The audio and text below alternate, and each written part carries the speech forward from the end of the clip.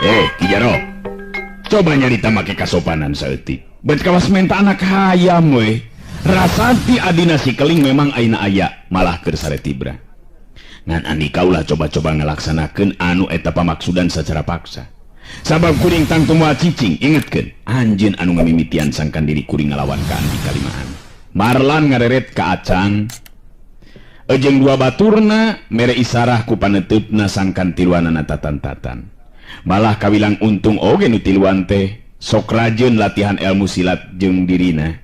Hartina teu polos-polos teuing dina mangsana metakeun pakarang seukeut jeung nying hareupan jalma nu garang.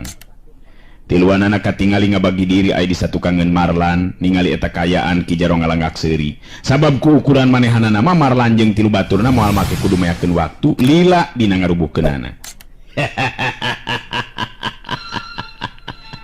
Marlan, montong gede hate lamun teu hayang jadi bangke. Montong gede hate rek lawan deuleu, bisi ngalayang jiwa sia koplok. Leuwih hade tedunan karep jeung kahayang dewek dina waktu ayeuna. Ganca gadikeun Siti Santi. Kadieukeun anakna si Rawing adina si Geling. Marlan harita gancang sadar kayaan kaributan atawa petelak ngadu kakuatan geus moal bisa disingkahan deui. Serepet kulilap Marlan harita mesat bedogna. Tetepan Marlan dibagi-bagi lain baik ka Kijaro tapi opat anggota Karaman anu sejena anu geus kungsi di Bandungan kagarangan jeung kakejemanana dina ngayakeun tindakan kajalma lian. Kijaro ge anjeun opatan anak buah si Gempar. Diri kuring sanajan nya geus kolot moal make kudu nguyang tanaga kanulian atawa menta ampuh memetaru. Baris dibikeun sarta dipasrahkeun anu ngaran Rasanti adina si Geling. Obama diri kuring geus ngajeler jadi bangke. Si Acang ayo tatan-tatan urang sing ngarepan ieu jalma anggota Karaman teh. Marlan harita mere parentah ka Acang jeung dua baturna anu harita keneh terus pada marsat bedogna masing-masing. Serepet kulilap kulilap. Opat anggota Karaman Gempar Karoban oge ting kulilap marsat bedogna. Salah saurang di antarana katingali muncereng ka Acang bari lempang ka gigir Kijaro bari nyarita. Gede hate si laing tiluan rek ngalawan. Hartina si laing dina peuting ieu kapaksak dikojoran ku dewe. Ingetkeun euy, anggota Gempar Karoban moal mere ampun ka jalma anu coba-coba pikeun ngalawan. Marlan ngareret ka Acang jeung dua baturna terus nyarita mereka tetegan hate sarta tetep kahudang kawaninan teu nepikeun kasieun ku ancaman jeung sikep lawan. Tenang ya Cang, urang opatan teu kudu sieun mangsa ning hareupan ieu 5 jalma. Jumlah urang cukup imbang akang nying hareupan 2 lawan. Marlan ngatur posisina sangkan bisa nying hareupan Kijaro jeung saurang anggota Gempar Karoban anu jadi lawan sigana mah surti kana kaayaan. Sabab pikeun Kijaro nya kitu dipikeun anggota Gempar Karoban. Marlan kawilang nu paling onjoy dina hal ilmu silatna. Jelas kudu pangheulana dirubuhkeun. Ari Kijaro seuri bari ngabagi diri jeung salah saurang anggota Karaman Gempar Karoban ngan jelas Kijaro mah teu ngagunakeun pakarang estu lemor pinu keyakinan kana kamampuhan dirina. Bantrokan kakuatan geus teu bisa dihalangan deui ngan untung pakarangna atawa buruan imah teh memang mangrupa lahan anu rada lega jeung laluas sada puguh memang sok dipake tempat latihan ku si Rawing jeung anu sejena siga-sigana. Ayeuna waktuna jeung tempatna. Siap!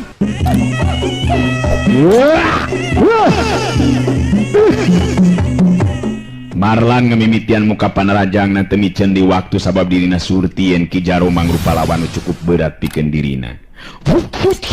Bedog dina leungeun Marlan harita kabilang cepet gerakanana ngarah kana beuheung jeung dadana Kijaro.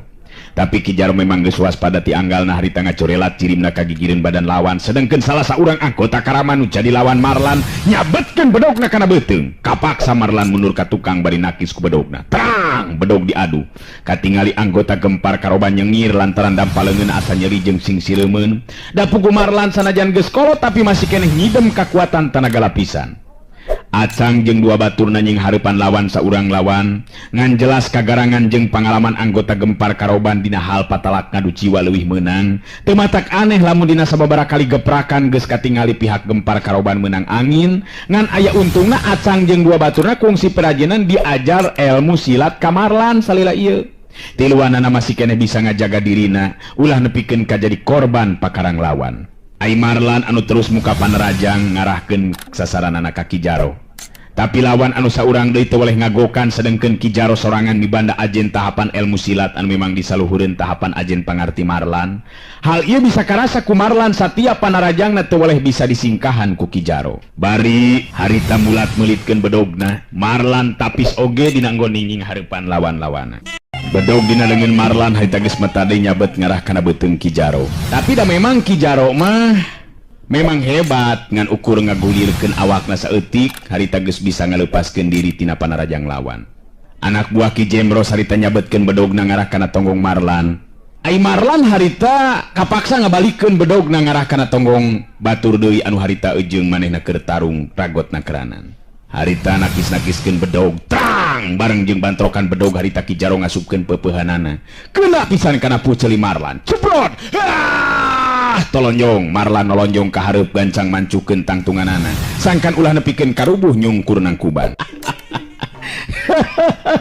Marlan gancang saya gadai diri Ki Jaro harita ngalengak seuri semunga hina anu jadi lawan. Ayo rek kumaha ayeuna si laing Marlan keukeurek ngalawan. Sakedeung deui mah dada si laing bakal burak-rakan. Montong sombong Ki Jaro, urang buktikeun ye. Urang buktikeun heula saha nu bakal ngalayang jiwa di tempat-tempatan. Uring tacan rumah saele satungtung nyawa masih kene aya dina badan. Gede hate mane Marlan, hayu maju deui lamun nya boga karep pikeun ngadu jiwa. Lihat Marlan harita maju dina rajang ulin bedog tina ilmu silat badak putih, warisan guruna nyatana Ki Wikarta bapana Sirawing bener-bener diketerukeun sapinuhna.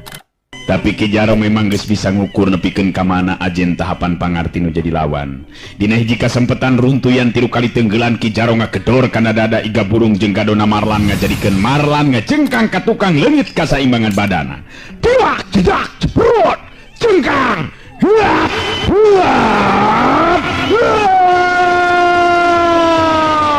Kebut Marlan ngagedebut nang karak bengkang. Gesek nyobaan ngajorelat atau ngorejat hudang suku Ki Jaro harita dina kacepetan anu memang di luar kemampuan Marlan pikeun hareupanana. Harita nyayang kana dada Marlan. Hiu ceprot. Aduh. Marlan ngabebengkang dina luhur lemah dina kayan bener-bener leungit budi ilang daya. Pigeulang leungeunna harita dijejek ku suku Ki Jaro bedog leupas tina cekelanana.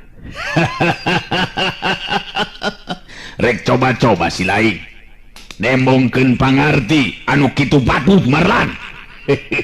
Ceuk dewek tadi kumaha ngalawan ngandung harti modar euy. Hayo rek kumaha lamun geus kieu ha.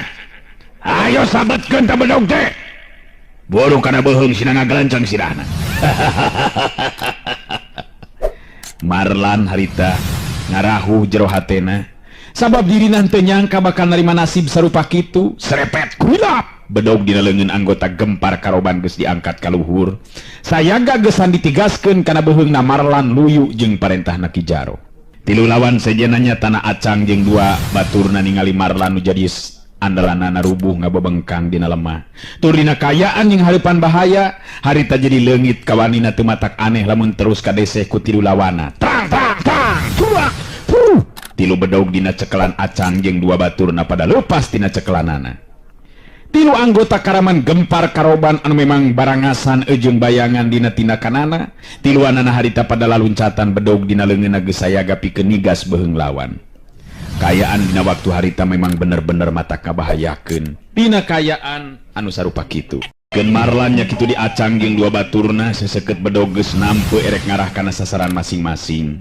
Tapi ngadadak gerakan nu rek nigas beuheung Marlan jeung acang katut 2 baturna harita pada kandeg. Kabehanana kaasup Ki Jaro pada caruring hak lantaran kadenge sora suling anu hawar-hawar sarta beuki lila beuki jelas ngagelik dina wirah maka sedih. Ki Jaro kerung puguh aya nu mata kaget pikeun dirina sabab sora gelikna suling teh bet mibanda geteran anu beda batan sora suling biasa.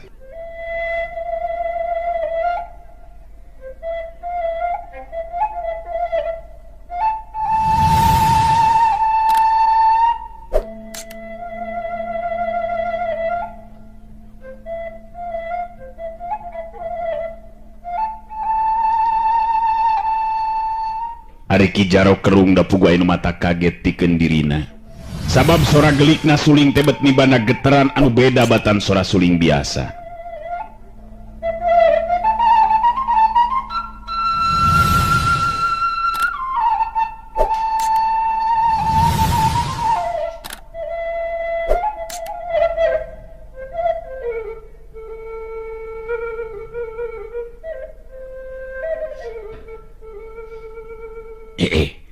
Dapat rada aneh ta sora suling teh. Beda ti padan sora-sora suling anu sok biasa kadengi ku aing. Nabat boga beda daya tarik anu kuat pikeun ngadengekeunana. Jelas nu niup suling teh ngagunakeun tenaga lapisan eta mah. Eta sora ngagelikna. Sora gelikna sora suling. Na kabina-bina teuing. Kunaon eta sora gelikna suling beuki dilabet beuki ngadeukeutkeun kana ieu patempatan geuningan. Deukeut ka dieu. Saha teh cenah? Ki Jaro nu kawilang mibanda tahapan ajen pangarti nu geus luhur, harita bisa ngarasakeun ayeuna geteran aneh nu dilantarankeun ku sora suling nu ngagelik. Di mana cenah jebulna eta teh? Aneh kabina-bina. Di mana cenah teh?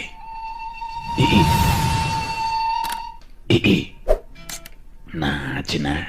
Aduh.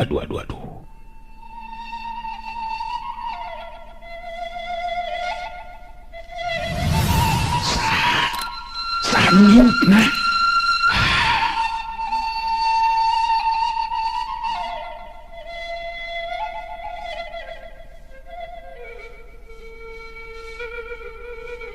Aduh.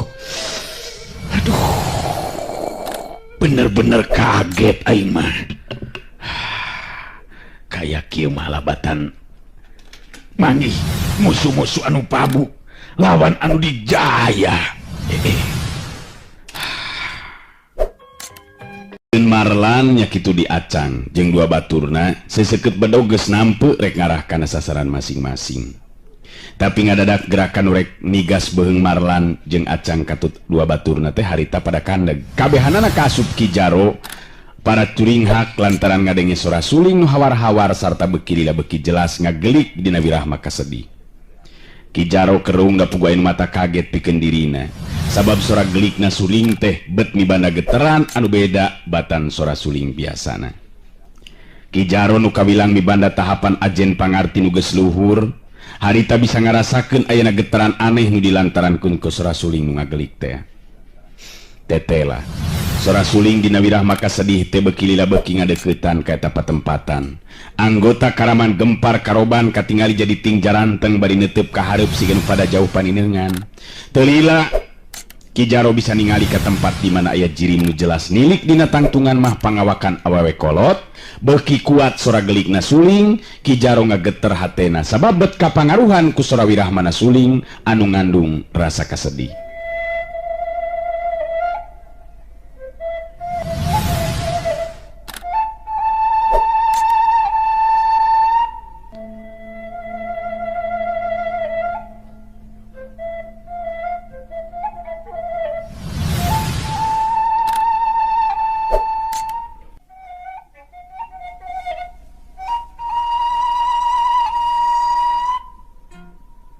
Kakuatan sora suling dina wirah maka sedih teu mimiti karasa. Pangaruhna salah saurang anggota Gempar Karoban katingali harita lagrag bedogna. Melong kosong bari ejeung teu karasa lamun harita bedog grag-grag di hareupeunana. Melong kosong bangun teu puguh nu ditingalina. Bibirna ngageleter nyarita sorangan malah bari jeung jebi sagala rupa siga nu rek ceuri.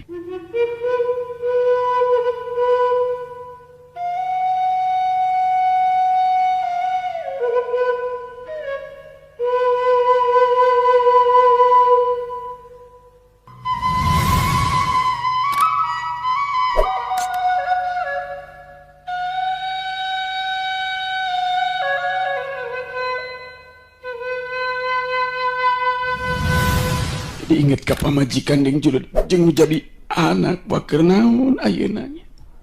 Mangkaning kamari teh geus pasea jeung pamajikan malah ditampiling segala rupa. Sedih, bet jadi sedih ieu hate. Boha-boha pamajikan teh.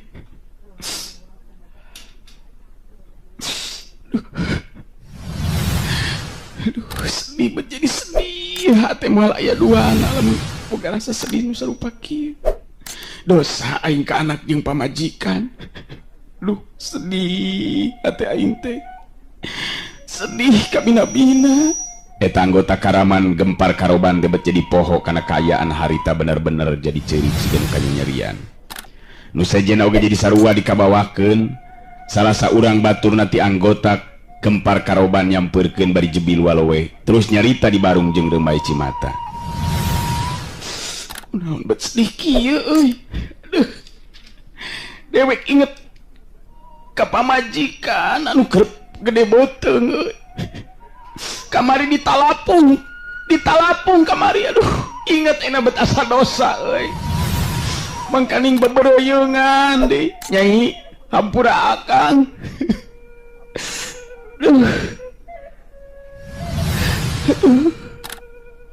Baturna nu duaan di sarua diting aring hak teh beda ti budak leutik.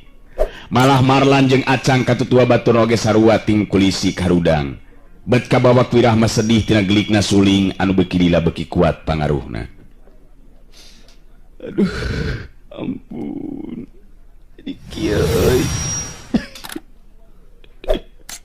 Kumaha wae atuh urang teh euy. Narik terus-terusan bae kikieuan. Aduh, ampun, nyeun dosa unggal poe. Kumaha atuh euy.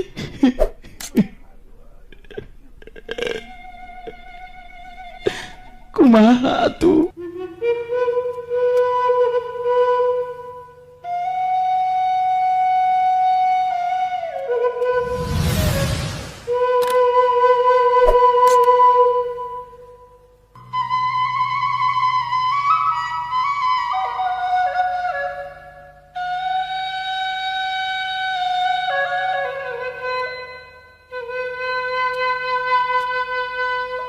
Anggota Gempar Karoban patinggalaur ceurik nu teu beda ti budak leutik. Rupa-rupa carita anangan anu jelas ngagambarkeun rasa kesedih hatena. Ngan Ki Jaro nu katingali masih kene bisa tahan teh. Awakna ngageter beungeut na kesangan. Nahan geter kakuatan anu teu katingali nu puguh sareatna mah ngan ukur sora gelikna suling dina wirah maka sedih. Tapi teteh lalit upama ngandung kakuatan pangbetot sukma nu daek teu daek. Satiap anu ngadengikeun sora gelikna eta suling bakal ngarasa sedih jeung nalangsa nu lain di kieuna.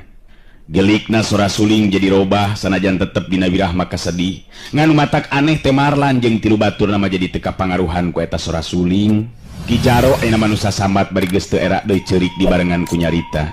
Sedengkeun opat anggota Karaman Gempar Karoban anu sejena geus careurik bari nyagruk nyuuh dina luhur taneuh beuki kuat sora gelikna suling mangaruhan jiwana.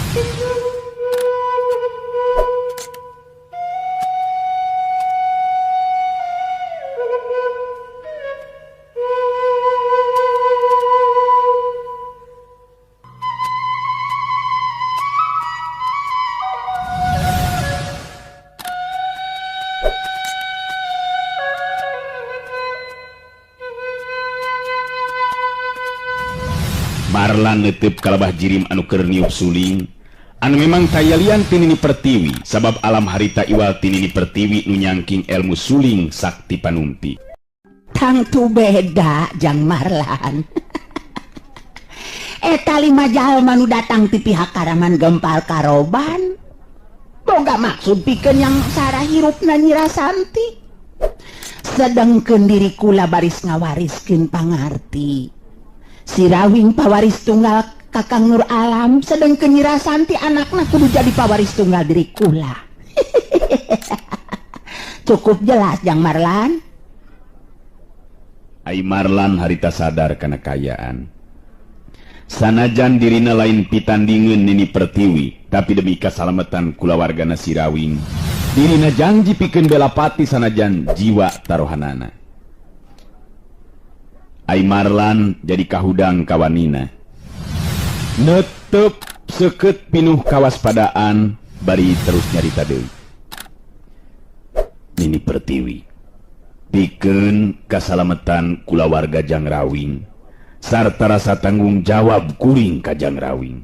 Sanajan diri rumah samoal mampu nandingan Nini Pertiwi, tapi pikeun kuring leuwih hade ngalayang jiwa batan kudu mikeun Nyai Rasanti anak Jang Rawing nu sarua dipikanya aku diri kuring. Nini Pertiwi ungut-ungutan bari terus kedal didisan. Hebat, alus jeung memang sakuduna kitu sikep Andika Jang Marlan. Tapi lamun ditujukeun ka diri kula tangtu be eta sikep teu jadi salah surupan. Lamun kitu mah tetep teu percaya kana maksud hade kula. Kuring nandeskeun sakali deui Nini Pertiwi. Lain kuring cangcaya atawa teu percaya ka salira. Ngan ieu geus jadi tanggung jawab kuring dina ngajaga ngariksa kulawargana Jang Rawing. Jadi tetep kuring teu bisa nedunan kana kahayang Nini dina waktu ayeuna. Marlan tetep dina sikep jeung pamadeganana. Tilu batur Marlan oge jadi sayaga diri tiluanana pada sadar sanajan nilik dina syariat Nini Pertiwi teh pangawak awewe nu geus cetuk kuis. Tapi tadi geus ka Bandungan kapan kumaha ajen wawasena mangsa ngalumpuhkeun 5 anggota Karaman Gempar Karoban. Tetela ngan ukur kusora gelikna suling bungkul pada rubuh dina kayaan pada ngalumbar kasedih kawilang ilmu aheng anu teu sagawayah jago bisa mibanda ilmu seperti kitu. Nini Pertiwi ngabagi paneteupna ka Marlan jeung tilu baturna dina kaayaan tetep seuri harita katingali Nini Pertiwi ngalengkah kagigir saeutik bari terus nyarita deui.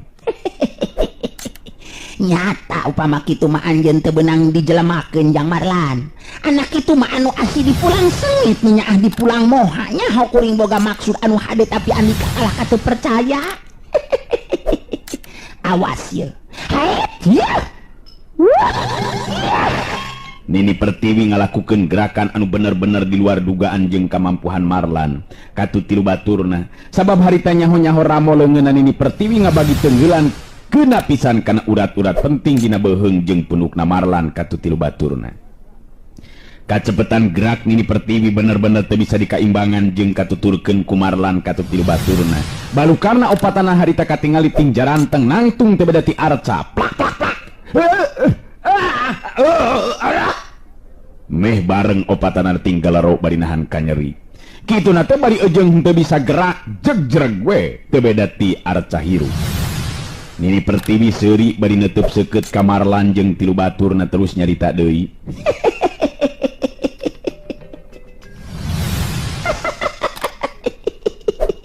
Hampura, lain diri kula deleka kasasama Jang Marlan. Man kula memang kapaksa ngalakukeun ieu tindakan sangkan bisa laksana naon rupa pamaksudan.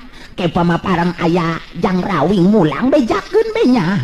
Anak nanu awewe dibawa ku diri kula ka alasramatan gitu. Sakitu we Marlan. Kek kula rek asup heula ka jero imah. Marlan teu bisa nembalan kitu di tilu baturna. Sabab sora bet teu bisa kaluar bibir oge teu bisa ngab. Marlan ngarahu jero hatena. Sabab teu sangka dina peuting eta bakal aya runtuyan kajadian serupa kitu. Beuk nya ancilaka ieu mah ieu. Diri aing teu bisa walakaya bet teu beda ti arca. Teu bisa gerak naon-naon ieu mah ieu. Tada teuing be amekna Jang Rawing upama engke parang balik Nyai Rasanti nepikeun ka teu kasampak aya. Ambe-ambe kumaha bae petana atuh ari geus kieu ieu. Memang bener Nini Pertiwi kawilang jalma nu dipinjul elmuna ngan tetep diri aing salempang nah bener kitu rek ngangkat muridna teh. Atawa ngan sakadar dalih hungkul anu dina kanyataanna mah boga maksud-maksud nu sejena deui. Duh. Hampura emang Jang Rawing. Marlan ngan ukur bisa nyarita jero hatena sedengkeun Nini Pertiwi katingali harita geus asup ka jero imah. Teu lila opatanana bisa ningali Nini Pertiwi mangku budak awewe nu taya lian ti Rasanti adina si keling masih dina kayan sare ngagebrak dina pangkuan Nini Pertiwi. Nini Pertiwi ngalengkah di leumpang nyamperkeun ka Marlan teu lila terus kedalisan. Jang Marlan. Geus kuduna memang kieu lalakon anakna Jang Rawing nu awewe. Jadi ku ayeuna kitu teu kudu ngarasa bingung jeung nguyung, teu kudu sieun ku Jang Rawing, bejakeun be. Naon kajadian nu lumangsung di dieu patempatannya, bejakeun. Nyi Rasanti anakna nu awewe dibawa ku diri kula kitu ka alasramatan pikeun jadi murid tunggal pabaris tunggal elmuna. Nini Pertiwi ngareret kaki jaro jeung opat baturna terus neuteup di kamar Marlan jadi bari nyarita. Jang Marlan, mangpaatkeun eta 5 jalma ti pihak Karaman Gempar Karoban. Gancang gorogol meme sadar kana kaya nu sabenerna, jadikeun tawanan sarta bere papata sangkan sadar tina jalan kahirupanana. kula teu disalila aya di dieu eta 5 jalma kakara pulih di kakuatan jeung kasadaranana dina wanci isuk-isuk. Ayeuna kuring mulangnya. Curelat cung les jirim Nini Pertiwi harita ngiles diteureuy ku beleg-belegna peuting. Marlan tadi nama bingung nya kitu di tilu baturna sabab dina kayan saperti kitu sok sieun pihak anggota Karaman Gempar Karoban harita harudang deui. Tapi teu sabatara lila Marlan bisa ngarasakeun dirina bisa gerak deui nya kitu di nu tilu baturna. Marlan narik napas panjang hatena bener-bener hanjelu anu lain di kieuna sabab Nyi Rasanti budak awewe adina si keling tetela geus dibawa ku Nini Pertiwi. Aduh nyaan beteuing sangka si Acang bakal aya runtuyan kejadian sarupa kieu ye. Tadating be amekna jang rawing jang Acang ningali kayan kieu meureunan pugu Ari Rasanti teh dipiharepna kacening si jeung Akang kapan dipihapekeunana teh. Aduh nyaan hebat elmuna eta mangaran Nini Pertiwi teh jelas lain bantrak-bantrakeun elmuna Akang jadi teu bisa naon-naon ieu mah ye. Salah saurang baturna Marlan harita milu maidan caritaan namun ari sangem abdi mah Kang Rawing oge tangtos ngamaklum pangintenan Emang Marlan margi terus terang abdi oge jadi naon teh nya abdi oge jadi aya kejadian kieu teh kana hate teh kumaha nya nilik dina syariatna mah bet percaya abdi maka setiap caritaan Nini Pertiwi teh. Acang oge milu ngarojong caritaan babaturanana. Leres Kang Marlan margi ari tos kieu kajantenanana mah bade kumaha deui atuh margi jelas apana Nini Pertiwi teh elmuna oge sakitu punjulna batan salira Kang Marlan. Malah nu kedah jadi bahan perhatian urang mah ieu 5 anggota Karaman nu ayeuna masih keneh pada kapaehan ieu rek dikumahakeun ku urang Kang Marlan sabab nurutkeun Nini Pertiwi mah enjing cenah isuk-isuk ieu 5 jalma teh bakal pulih di kakuatan sareng kasadaranana kan. Marlan narik napas panjang deui tetep nu jadi bang baluh pikeun dirina mah kumaha tanggung jawabna ka si Rawing lantaran ayana kajadian dibawana Nyi Rasanti ku Nini Pertiwi ka alas rambatan. Tapi akhirna Marlan jadi sadar kana kenyataan sanajan nya dirina kaeunteupan kurasa hanjelu anu lain di kieuna tapi teu bisa majar kumaha da pugu memang kitu kajadianana atuh. Akhirna Marlan mere parentah ka tilu baturna 5 anggota Karaman Gempar Karoban kaasup Ki Jaro harita pada ngaborogod ngaborogod pikeun dijadikeun tawanan mungpeung masih dina kayaan teu bala kaya. Dina poe isukna teu budu mangsa wanci subuh datang maningsih kacida kagetna sabab incuna nu aweweh teu nyampak di gigireunana. Atuh Marlan terus ngabejakeun ngeunaan kajadian nu lumangsung tadi peuting kabehanana ditetek taya nu kaliwat. Maningsih jadi ngalimba lantaran langsa hatena bet ku teu sangka nasibna jadi incuna bet kudu papisah jeung dirina. Neuteub ka Marlan dina teutepan nu beueus baseuh ku Cipanon Maningsih terus nyarita. Betul teu sangka atunya ecetenyaan jadi asa tunggara pisan ayeuna mah ieu Marlan geus puguh nu jadi anak minantu duka ting kumaha ayeuna nasibna katambah di ayeuna incu awewe anu salila ieu ngabaturan ece betetela dibawa deui ku jalma nu ngakukeun ngaran Nini Pertiwi na bisa dipercaya kitu caritaanana nu ngaran Nini Pertiwi teh Marlan. Nyi Asi nu harita milu ngariung di tengah imah bet jadi panasaran harita terus milu nyarita. Kumaha atuh ari tos kieu ya Kang Marlan. Nah tuh bet kieu geuningan nasib nu karanapan ku Nyai Rasanti teh nya. Tada teuing be gerang ngambekna jang Rawing meureunan upama datang ka dieu teh. Marlan narik napas panjang bangun hayang ngaleupaskeun Bang Balu anu ngaganjal dina hate jeung jereueun dadana. Nya ayeuna mah teu aya deui cara kajabati urang kedah tumampi be kana kanyataan nu karanapan ku urang ceuk. Margi sok sanaos urang jejeritan atana pimilarian oge tetep moal kapendak ceuk. Namun abdi percaya kan Nini Pertiwi sabab kapikir ayeuna mah ku abdi upama memang boga maksud jahat keur naon nulungan abdi opatan dina tadi wengi atuh langkung nati eta Nini Pertiwi bet asa pamohalan upama ngarekat caritaan nu penting pikeun ngayakinkeunana mah teu aya deui kajadi tingantos sumpingna jang Rawing ka dieu we. Maningsih bungah aya sedih aya hatena waktu harita bungahna lantaran geus aya laratan ngeunaan nasib nu jadi anak jeung minantuna anu tetela masih keneh aya di kieuna. Sedihna puguh geus papisah jeung anu jadi incu anu dipikanyaah ku dirina anu salila ieu jadi batur keung dina ngeusian lambaran kahirupan ti poe ka poe. Akhirna tiluanana jadi guntreng ngobrolkeun ngeunaan si Rawing sedangkan nu keur jadi bahan caritaanana si Rawing harita jeung si Banteng Bulung pamitan ka sakabeh pangeusi Karang Jago geus saneruskeun lampahna mangsa maluruh laku mapai laratan ngeunaan anu jadi pamajikan. Si Rawing jeung si Banteng Wulung dijajabkeun nepikeun kaburuan imah jalur rampang meh ku sakabeh pangeusi daerah Karangjago. Opat jago utama nu tadi nama aya di pihakna jalur rampang katingali harita sarasalaman jeung si Rawing, kadenge harita ijon nyarita. Kang Rawing kade ulah dugikeun ka hilap yo pami dina hiji waktos Kang Rawing sindang ka dieu, mangka ulah dugikeun ka henteu ngawartosan heula Kang. Kalayan abdi ngiring ngadoakeun muga bae atuh pamaksa dan Kang Rawing masing tina kanan. Si Saraswati nuju dipilarian sing kapenak deui Kang. Si Rawing nyerenge seuri nepakan kana tak-tak jang ijon bari terus nyarita. Beres jang ijon. Nya muga-muga bae atuh doa jang ijon dikabul. Takeung ayeuna mi HP kade ulah sapedah ngaran ijon. Hayo keresep ngaijonkeun sawah. Kade ulah ye nya, ulah yo. Wah, moal atuh Kang Rawing. Pokona mah satiap nasehat sarta katerangan Kang Rawing tadi wengi bener-bener ngahudangkeun rasa kasadaran abdi opatan Kang. Kalayan abdi janji jeung para pangsi lembur pikeun babarengan ngawangun ieu pilemburan sangkan tumuwuh mekar luyu jeung pangharepan. Ya syukur ari geus kitu mah. Ieu mah ukem ku neon mah ningali bae ka kuring.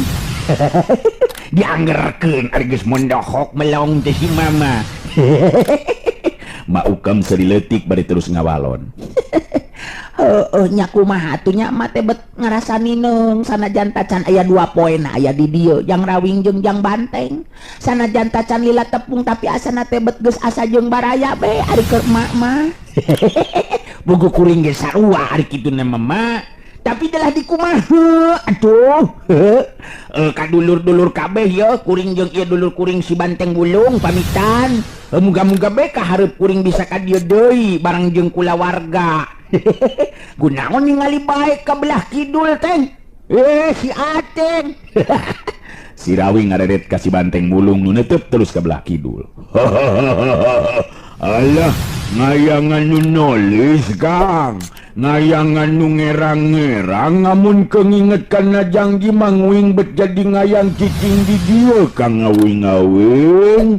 Atuh dan nu makona mah uing mah hayang menang nu nulis nyugan be bisa di ngawin kuing Kang ngawing-ngawing. Jadi meureunan Anteng teh hayang papisah ngejeng komandon.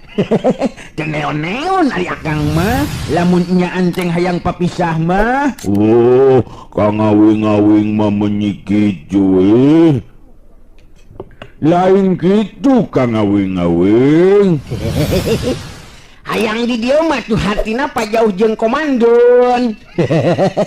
Ludeng cicing di dieu Si Rawing ngareret ka si Banteng Wulung. Wah, ngaring itu mengembung Kang Ngawing nyugan wing teh ngayangan nu ngasup kana ngate Kang ngawing-ngawing. Ngambewe di dieu ngengkeng urang ngawing bareng-barengan Kang Ngawing. His, ari akang mah masih kene satia ka Saraswati teh. Nya kateuing lamun Saraswati geus teu bogoheun jeung nyaheun ka akang mah. Kumarik jadi di dieu, Maukem ngareret ka si Banteng Wulung terus nyarita. Nya atuh sok bisirek di dieu mah teu naon-naon Jang Anteng. Saha nu nyaho bakal menang jodoh di dieu di lembur Karangjago. Ngan eta we meureunan kudu anu sarua badag kandel nanya Jang Rawing. Nya atuh mah dari nu teu saimbang mah kuriak pejet meureunan. Aduh maukem. Sugan di dia ambewen anu jangkung gede siga si Anteng Ulung. Amun aya mah urang kawinkeun beh di dieu. Nya lain kitu teh. Wah, Kang ngawing-ngawing mah mending itu euy. Ngentong itu ngatu Kang ngawing-ngawing. Di kieu-kieu ngogeng wing teh ngapana nyarua be jeung batur Kang ngawing-ngawing. Ngayang boga mamajikan. Ari nu makona mah hayang buru-buru ngawin. Ngulang itu ngeuing atuh Kang ngawing-ngawing. Nya, ari akang menanyakeun ka ukem. Lamun bener aya ambewena anu jangkung gede, urang tanyaan sakalian. Da lamun anu henteu imbang mah moal aya nu daekeun atuh teh. Nyari panasaran jeung betama tetep di dieu atuh. Akang ayeuna rek miang heula yo. Mula ninggalkeun uing Kang ngawing-ngawing. Mira aku ngatungguing di dia nyorangan ke digecen tengejeng jente kang ngawing-ngawing. Momokon nama wing mamilu be kang kamana deui ayeuna urang teh. Itu kamana cina? Nyanyian pamajikan akang atuh teh. Saraswati. Apaan anu di tangan ku akang teh? Jeung si Keling. Saraswati. Bet masih keneh nanyakeun ngarek ka mana segala rupa teh mah. Ngenyang ayu atuh urang indit ngayunna Kang. Dago-dago deui naon ngarek dang deui ngamin Kang. Hayo we haminnya. Rupa-rupa pisan si anteng mah. Tah kajang ijon oge maukem katut dulur anu sejenna kuring ayeuna pamitan yo. Muga-muga dina hiji waktu bisa tepung labung deui sakumaha mistina kitu nya. Si Rawing muterkeun paneutupna ka sakurun aya di dinya. Meh kabehanana ngajajabkeun si Rawing jeung si Banteng Wulung nepikeun ka leungit ti lebah pengkolan. Sanajan ngan ukur sapeuting aya di daerah Karangjago, tapi pikeun pangisi lembur betjol dieunteupan ku rasa simpati ka pribadina si Rawing anu memang jauh upama dibandingkeun jeung pribadina Jalur Rampang. Si Rawing jeung si Banteng Wulung mimiti nikreuh di ngeureuyeuh lempang bari tacan tangtu ka mana anu dituju. Sajeroning lempang si Banteng Wulung ngobrol jeung si Rawing. Jadi ngayeuna ngamanang anu dituju ku urang teh? Kira-kira ye? Oh, nya ka mana ka ngawing-ngawing? Damun dumugu tujuanana ngatungang. Atunya saat ari geus nyaho ka mana inditna Saraswati mah. Pokona mah lempang oge moal ka mana karep meureun teng. Jadi ngayeuna ngumaha ngatu ka ngawing-ngawing? Ngurang ngarek nerus ngamana yo teh? Nya terus lempang be ayeuna mah. Akang boga keyakinan asalna oge babarengan jeung Saraswati. Tangtu kudu tepung terus babarengan deui. Aral capek teng. Lain gitu ka ngawing-ngawing.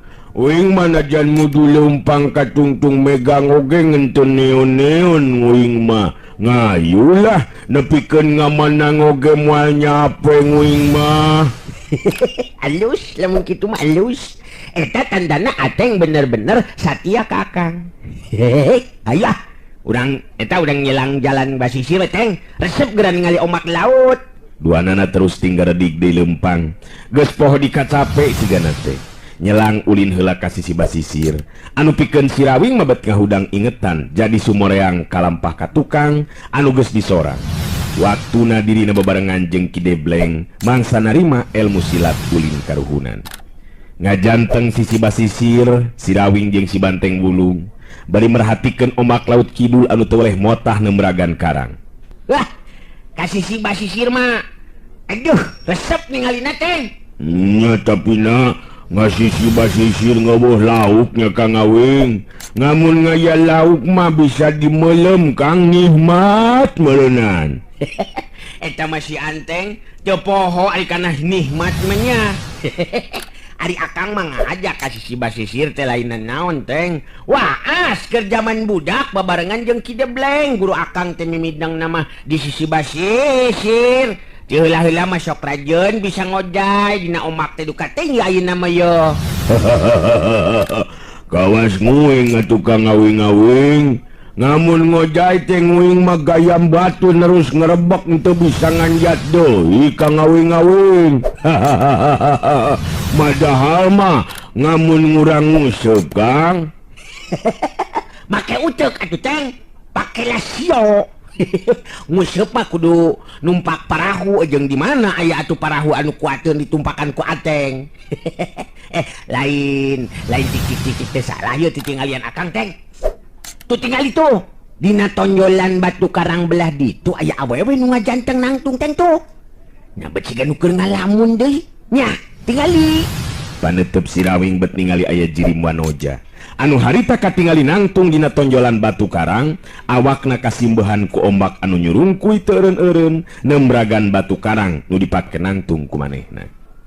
Si Banteng Wulung ngareret kalabah tempat anu ditunjukkeun ku si Rawing bari ngantelkeun dampaleungeunna kana tarang siga nu serabeun. Waduh, bener bener nyidik-nyidik ngan ngombak laya lauk ngewehna merenan Kang Awing-awing. Kang Awing ngatarik hate ku ngeta ngambewenya beja-beja ngangke ku ngewing kacenya Raswati. Lain kitu teh be cilaka teh jelas rek ngagejeburkeun maneh tah Wanoja teh bahaya ieu mah teh ye susu akang teh hai teh buru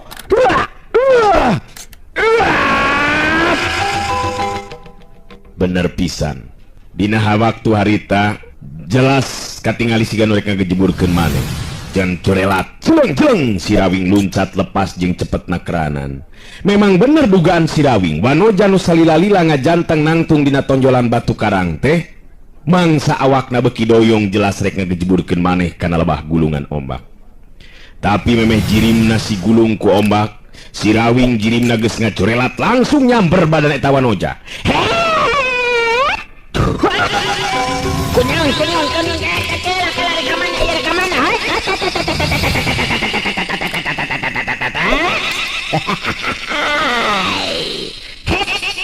kunaon itu becalah kakiyo geuningan kunaon nah kalah karek ngagejeburkeun maneh rek ngagejeburkeun karep kana gulungan ombak kekelanan nyai ke si Rawing mangku eta Wanoja terus dibawa ka sisi basisir. Si banteng bulung kakara datang nyusul si Rawing anu geus leuwih ti heula tepi kadinya. Wanoja nu ditulungan ku si Rawing teh tetela boga keuritan beungeut anu geulis ngan temong semu pias sarta pangawakan pegang bajuna oge kucel beuteuna rimbang kana kaayaan rupa. Kunaon abdi make ditulungan saha salira teh kisanak kunaon bet nulungan abdi Kang. Tenang geula tenang geula nyai akang puguh kaget sabab nyai teu pagapuguh rek ngagejeburkeun maneh kana gulungan ombak bahaya. Lain heureuy ombak laut mah nyai. Atuh jadi cundo caduk lauk meureunnan ke ngawanohkeun heula ye ngaran akang si Rawing. Hei teu kudu murungkut kitu sieun kulur akang teu kudu eta nu siga buta dulur akang ngaranna Banteng Wulung alias Bargola. Ari nyai saha nu katelah teh Abdi wasta Untari Kang. Saha Untari sugan teh Utari lamun Utari mah pamajikanana Sugriwa dina wayang mah. Anakna Batara Indra sadulur jeung Aswatama nya bener teh teng. Nganu bener ngatung mancang nyakina wayang magang ngentong dinyalah-nyalakeun nyentong sion nyai nguing mah moal neon-neon sing tenang we ngakang moal neon-neon nyai. Nyi Untari Nyi Untari teh kunaon make jeung tega kana jiwa sorangeun make jeung rek ngagejeburkeun nyaneh kana gulungan ombak kunaon nyai. Siga nu bari keur ngalamun tadi teh nya sarta nyidem ka susah geuningan cik nyarita ka akeun sok nyarita kelebah ditutup nya nu rada ieu hayu si Rawing geus teu asa-asa nungtun Untari di bawah lempang neangan tempat nu linduk ieu. Si Banteng Wulung nuturkeun tukangeunana sanggeus naya tempat numerna si Rawing diuk Untari oge sina emok gigireunana. Si Rawing neruskeun deui caritaanana. Cik caritakeun ka akang kumaha pangna make jeung rek nelasan maneh tega ka diri teh nyai. Untari neuteup antep ka si Rawing terus nyarita di lalaunan jelas sorana oge dumareuda ngagambarkeun hate anu keur nyandangan langsa. Abdi teh izin selaras nama Kang Rawing. Is neon neon ngan akang mamang lebarkeun be duh eta kagelisan salira nyai bet jadi henteu hegar jeung cahayaan lantaran kalimpudan kurasa kana langsaan. Nya dari cenang hate mah moal make ngunclungkeun maneh ka laut tangtuna oge meureunan bener teu. Memang telepat abdi pugusa tadi nama bingung anu teu manghitung-tung Kang Rawing. Nu matak abdi milih nelasan diri ku cara miceun maneh ka laut ngara bisa bungbas atawa bebas hate sarta jiwa abdi. Duh bet kieu atuh nasib diri kadar awak teh. Wah nyarik deui Kang Awing-awing nyarik deui mun neon nyarik deui bae ngeuning Kang. Cicing atuh geus atuh teng. Nyorik we geus puguh batur keur nyedih. Cicing lantan. Cek terus kenya sok terus kendeng make jeung asa-asa sabab dihenteu teh oge urang teh kapan dulur bener teh sok we pikir bapa nyai lalaki indung nyai awewe akang oge sarua boga bapa teh lalaki boga indung awewe sanajan kakara tepung tetep urang teh dulur. Nu matak entong asa-asa nyarita jeung akang mah bener eta teh kang ngawing-ngawing cenah bapak kang ngawing-ngawing panjalu. Ganteng ya teng. sok newa-newa wae nya heueuh atuh mah nya aya bapa bikang. Geus cicing. Kang ngawing mah ngarti-ngarti wae euy. Nya cicing. Untari rada mesem ayeuna mamalah dina hatena nyarita kieu. Bagja pikeun diri aing malah teu disangka ti anggalna betepung jeung si Rawing geuningan. Nulutkeun beja mah si Rawing teh jago pilih tanding. Jalma nu luhung elmuna sugan be atuh nya bisa nulungan kana kasusah jeung karudet aing. Muga-muga bener-bener Kang Rawingnya ngatur teh bener-bener rek nulunganana. Eluh, waktosna geuningan parantos teu nyekapan. Atuh cag urang cekapkeun dugi ka dewe heula atuh. Hatur nuhun, permios.